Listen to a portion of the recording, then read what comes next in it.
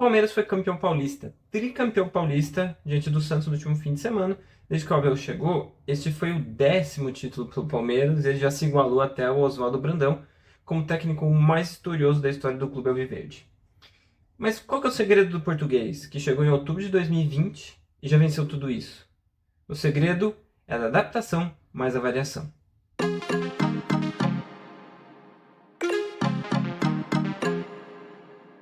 Olá pessoas, eu sou Rodrigo Seixas, jornalista e analista de futebol. No canal aqui eu procuro trazer assuntos de futebol, mas tentando falar de uma forma mais aprofundada sobre os temas e tentando explicar e aprofundar um pouco mais sobre futebol. A ideia é sair do lugar comum e trazer pontos a se pensar do jogo de futebol. Esse vídeo eu fiz com o roteiro dele com base no livro do Abel. Esse livro aqui, Cabeça Fria, Coração Quente, que é o livro que ele fez depois de ele estar há um tempo no Brasil e de ser campeão de 2 Libertadores. Daí ele fez esse livro, que ele explica bastante o processo de treinamento, de estratégias e tudo, que eu vou explicar aqui também, né? Eu acho que esse livro ajuda bastante. E também eu vou passar aqui um pouco do que eu vejo dos jogos que eu acompanho. Já assisti bastante jogos em loco, participei de coletivos, então o Abel é um treinador que eu já conheço um pouco melhor nesses últimos anos aqui no Brasil, desde outubro de 2020, quando ele chega, ele vem do PAOK da Grécia para o Palmeiras. Então vamos para o tema do vídeo, que é o que tem acontecido com o Palmeiras, que vence tudo com o Abel Ferreira. Mas antes disso, acho que é bom a gente lembrar como é que era o Palmeiras antes, para a gente entender como é que era o clube e como é que era o Abel antes, para ver como é que ele era também quando chegou, né? Para ver como é que esses dois funcionam muito bem juntos, mas como é que eles estavam antes de um chegar na vida do outro.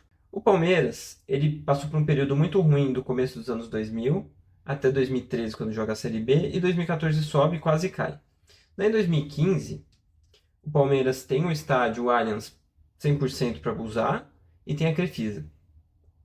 Aí você tem uma mudança, que é entre 2015 e 2020, que é antes da chegada do Abel, que é um Palmeiras que tem a Crefisa, uma patrocinadora forte. Ela foi por muitas vezes, alguns anos ou não, mas assim, praticamente desde 2015 ela é a principal patrocinadora do Brasil em um clube de futebol. Então o Palmeiras aproveitou esse dinheiro a mais para montar bons times. Além disso, teve o Allianz Parque, que não é só um ganho técnico, como é um ganho de bilheteria, né? O Palmeiras, desde que teve o Allianz, sempre teve um aproveitamento muito bom, né? O pior aproveitamento de todos foi em 2021, quando teve 57% do aproveitamento nos jogos em casa, mas em todos os outros anos teve mais de 70% e em 2022 teve 82%.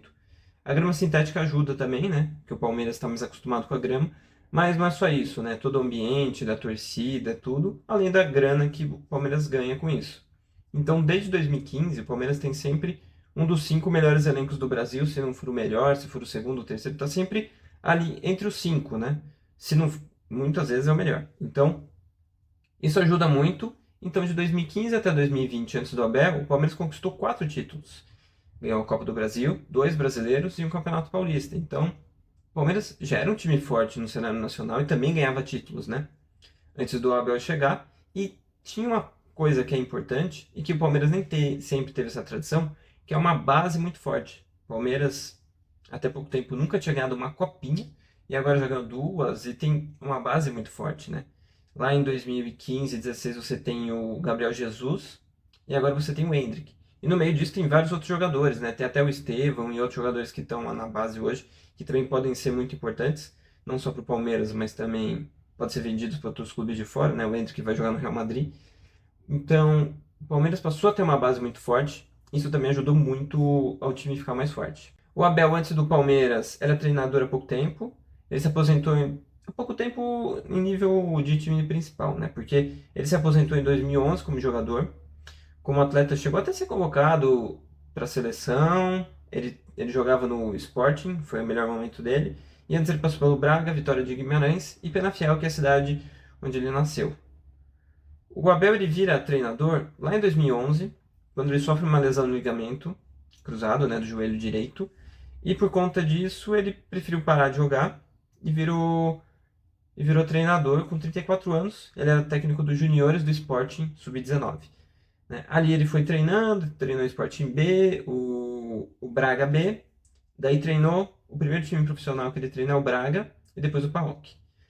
Todo esse tempo, ele não venceu nenhum título, né, como profissional, Mas ele conseguiu convencer o Palmeiras a contratar ele.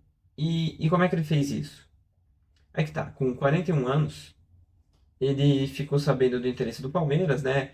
Por meio de agentes, esse negócio de treinador que tem um agente, que daí passa uma dica pro Palmeiras, o Palmeiras passa a se interessar por ele e convida o Abel para fazer uma entrevista, né? Entrevista de emprego mesmo, para você entender como ele trabalha, o que ele pensa e se o Palmeiras vai ou não contratar ele. Claro que o Palmeiras ligou para pessoas que já tinham trabalhado com ele, para ter uma noção, mas queria a apresentação dele e o Abel preparou, né? O Abel preparou, junto com a comissão técnica, essa apresentação. E a apresentação até tem essa imagem aqui que eu estou mostrando, que aparece na apresentação, né? A capa da apresentação que ele fez. E ali ele explica como ele trabalha. O Palmeiras gostou do aspecto tático que ele mostrou ali, né? Bem atualizado com o que o futebol atual pede. E ele também mostrou o como ele gosta de se adaptar ao time adversário em cada jogo. Isso o Palmeiras gostou muito e é importante que isso é o objetivo de eu fazer esse vídeo, é a capacidade dele de se adaptar ao adversário. Eu vou falar mais sobre isso mais na frente, mas por enquanto lembra desse ponto que o Palmeiras já percebeu na apresentação dele, que é se adaptar a cada adversário. Depois, o Palmeiras também analisou ali, viu que ele é um treinador que olha bem para as categorias de base e trabalha bem com isso. E o Palmeiras gostou muito disso, gostou principalmente dessas duas características, a adaptação dele e a utilização da base. O Palmeiras, que eu já mencionei, passou a ter uma base forte, então achou melhor apostar nele. Né? O Palmeiras já tinha visto outros clubes se darem bem com técnicos portugueses, e claro, o fato de falar a mesma língua, então foi lá, optou por ele. E daí o Abel mostrou ali também naquele slide como funciona o trabalho dele, e ele apresentou esse organograma que tem o posicionamento da comissão técnica dele e o mapa mostrando o que cada um faz, né? Daqui tem pela esquerda o João Martins, que é o responsável pela preparação física, Castanheira, que é o responsável pela ligação à base. Então ele tem um cara na comissão técnica dele que olha a base do clube e ajuda nessa questão de adaptar o cara que vem da base para o time principal e também escolher quem vão ser esses jogadores. E o Palmeiras, que usa bem a base, gostou disso, né? Então foi um ponto importante para trazer ele, é um ponto importante para ter na comissão dele, né? Comissão do Abel Ferreira. Daí tem o Carlos Martin, que é o analista de desempenho da própria equipe. Ele vê como é que a equipe está jogando, se a equipe está fazendo o que está sendo planejado, quem está jogando bem ou mal. E o Thiago Costa, que é o analista dos adversários. O Thiago, inclusive, é quem escreveu o livro. Né? O livro foi escrito pelo Thiago. O Abel, claro, que leu o livro e foi escrevendo junto, mas a maior parte do livro foi escrita pelo Thiago. Então o Thiago é uma peça muito importante, não porque ele escreveu o livro, mas porque ele analisa os adversários e ajuda o Abel, claro, a comissão técnica inteira, mas ele, principalmente para analisar os adversários, a montar a questão de se adaptar aos adversários, né? Então, quando você tem esse profissional ali, você trabalha para criar planos para vencer os adversários. E é aí que a gente vai entrar na primeira análise que eu vou trazer aqui da comissão do Palmeiras e ver como é que isso funciona, né? Primeiro a gente vai começar pelo gol que o Palmeiras marca no Flamengo na final da Libertadores de 2021 e o planejamento para esse jogo. Primeiro o Abel e a comissão técnica, claro, viram muitos jogos do Flamengo e foram pensando em como atacar o rival antes do jogo. O Palmeiras faz isso em quase todos os jogos, mas claro, jogos mais importantes e quando você tem mais tempo, o Palmeiras se prepara melhor para esses jogos. Ele criou um plano para a partida, um plano com a comissão técnica, e o Palmeiras, a comissão técnica do Palmeiras chama isso de ideia-chave para o jogo. Aí tem essa planilha aqui, se você olhar ali, nessa planilha, que o Palmeiras faz para todos os jogos, não vou dizer 100% dos jogos, mas todos os jogos mais importantes, né? Porque a temporada tem muito jogo, às vezes jogo em pouco período de tempo, acho que não dá para fazer isso para 100% dos jogos. Mas no livro ali a gente vê que em jogos, principalmente jogos importantes, ele sempre faz. Que é uma planilha com as ideias-chave, e aqui você vê ali na parte organização ofensiva, que é como sai o gol diante do Flamengo. Tem ali o problema, ao lado a solução e o movimento que será feito. Escrito assim: forçar mais o corredor direito de ataque, teríamos de ganhar as costas do Felipe Luiz com movimentos complementares. Dudu em apoio ao trem do lateral para ganhar espaço nas costas pelo Mike. Aqui a gente vê duas imagens, né? Uma é o treino e a dinâmica do lance, e a segunda é no lance do jogo. Aqui dá para ver muito bem como foi treinado e como funcionou. E agora eu vou pegar uma fala do Abel ao The Coach's Voice que ele explica esse gol. E depois eu ainda vou mostrar o gol e falar um pouquinho mais sobre isso, mas primeiro ver o Abel falando sobre isso. A bola entrou no nosso Gomes. O detalhe do Mike estar à frente do Arrascaeta, porque se estiver aqui é uma coisa, se estiver aqui é difícil o Mike ganhar-lhe as costas. Está por dentro. Eu tenho 2, 3, 4, 5 jogadores a ameaçar 1, 2, 3, 4. Se tu defendes com 4, vai haver uma altura que uma vai entrar ou duas e não pode ser, não é? Tinha o Dudu nas costas dos dois volantes do nosso adversário, tinha o Veiga e tinha ainda o Scarpa. Agora, o que nós pretendemos foi isto, foi fixar e forçar a linha de 4 com 5 jogadores. O que aconteceu foi exatamente isto. O Bruno Henrique não conseguiu acompanhar o movimento do Mike. A verdade é que o jogador aqui, o lateral esquerdo, o Filipe Luís, acompanhou o movimento interior do Dudu. Fica todo o espaço aqui nas costas, não é? A bola, é verdade, é feito um passe mais longo, o espaço está cá todo e depois quando nós vemos entrar na área, não é? Quando nós chegamos às zonas de finalização temos o nosso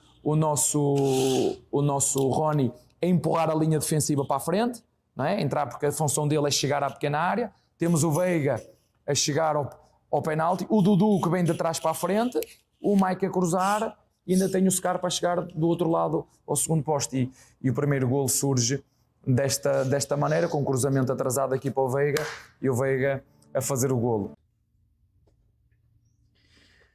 Então tá aí o Abel, e agora se você parar para ver o gol, você vê como isso é exatamente o que ele treinou, é exatamente o que ele preparou, e é exatamente assim que aconteceu. Ah, nossa, o Abel é o único técnico do mundo que faz isso? Não. Muitos fazem, muitos treinadores fazem isso direto, mas aqui eu estou mostrando, até porque o Abel escreveu isso no livro, então a gente consegue ter uma ideia melhor de como ele trabalha, como isso foi feito e como isso funcionou, né? Deu certo, o Palmeiras marcou gol assim, o Palmeiras foi campeão também por causa disso, né? Então, tem bons jogadores, mas tem um planejamento todo feito, uma dinâmica de treinos que funciona. Então, isso é um ponto muito importante que fez o Palmeiras ser campeão muitas vezes. Isso acontece mais vezes, e eu vou trazer mais 2 exemplos em 2 finais. Claro que eu poderia trazer mais exemplos em mais finais e jogos que não são finais, né? Tem semifinal de Libertadores, tem quarta de final de Libertadores, tem duelo contra o São Paulo, o Atlético Mineiro, o River Plate, vários desses jogos com detalhes bem importantes, mas eu vou escolher outros 2 jogos aqui para a gente ter uma ideia de como são essas mudanças e o que ele faz em alguns determinados jogos. Claro, tem as bases que o time precisa seguir, mas tem as adaptações para cada jogo. Então vamos lá para 2 exemplos.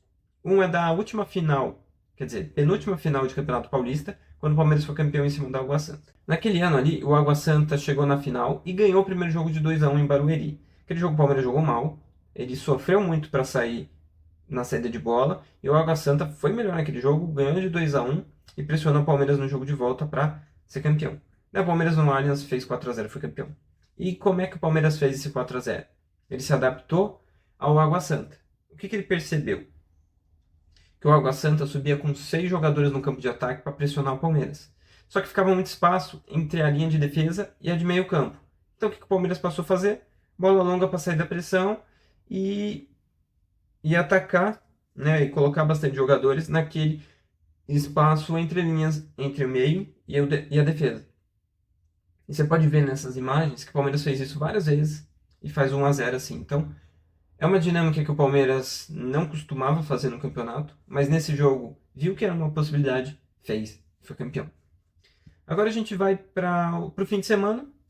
O Santos foi vitorioso do primeiro jogo, né? Ganhou por 1-0 na Vila, um jogo que o Palmeiras não jogou bem, o Palmeiras não conseguiu se encaixar, o Santos conseguiu anular bastante o Palmeiras naquele jogo, então o Abel precisou mudar e teve uma semana para isso, com o jogo no meio, mas teve algumas mudanças. Claro, usou os reservas contra o São Lourenço e depois preparou um time para ter o Gustavo Gomes na defesa. Ele é mais veloz do que o Marcos Rocha na saída de 3 ali, né? Então botou o Gustavo Gomes para marcar o Guilherme, que é a principal válvula de escape do Santos, e ele marcou bem o Guilherme ali. Ele trouxe o Piquerez para a saída de 3 do outro lado. Coisa que ele já fez outras vezes, na própria final contra o Flamengo, o Piquerez faz a saída ali pela esquerda. Mas nesse jogo, ele tinha dois objetivos. Primeiro, é ter o Gustavo Gomes ali, então não ter um lateral pela direita, né? A saída ali com o Marcos Rocha. Então a saída era com o Piquerez do outro lado, que tem mais qualidade de passe e tudo.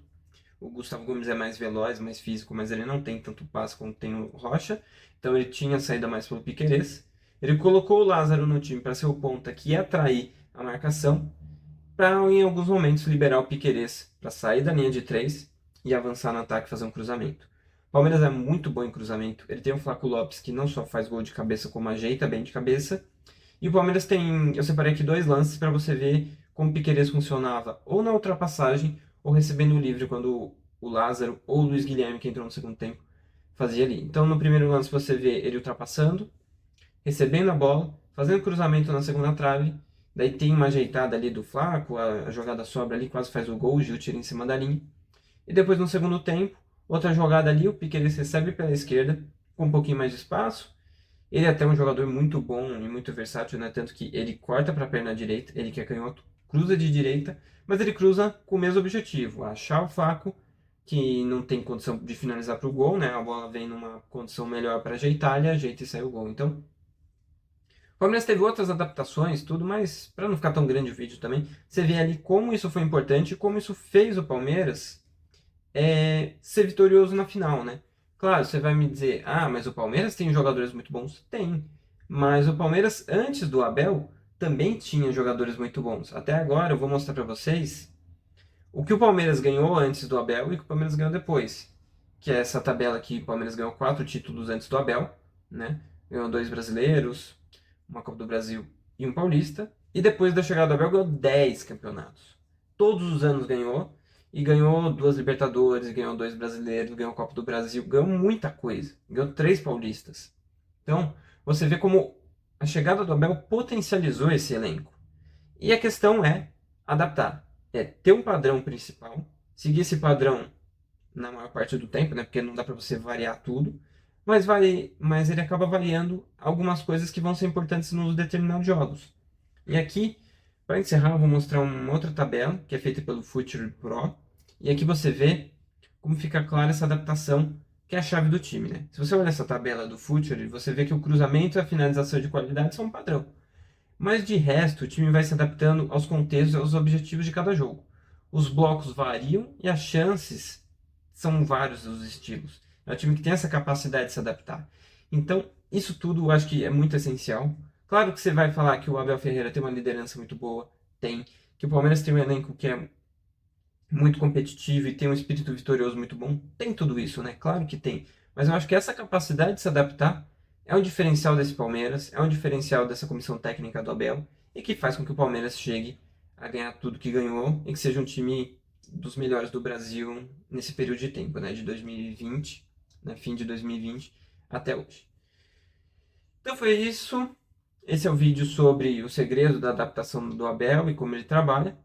No outro vídeo aqui eu falei também sobre o Abel e como ele ataca com 5 ou com 6 jogadores, né? Você pode ver aqui também, tem um pouco desse trabalho do Abel e dessas estruturas que ele usa de ataque, também adaptação, né? Mas é um outro vídeo que você pode ver também. Espero que vocês tenham gostado desse vídeo aqui. Se você ainda não conhece o canal e gostou do conteúdo, eu convido você para se inscrever, para curtir o vídeo e ver outros vídeos aqui no canal.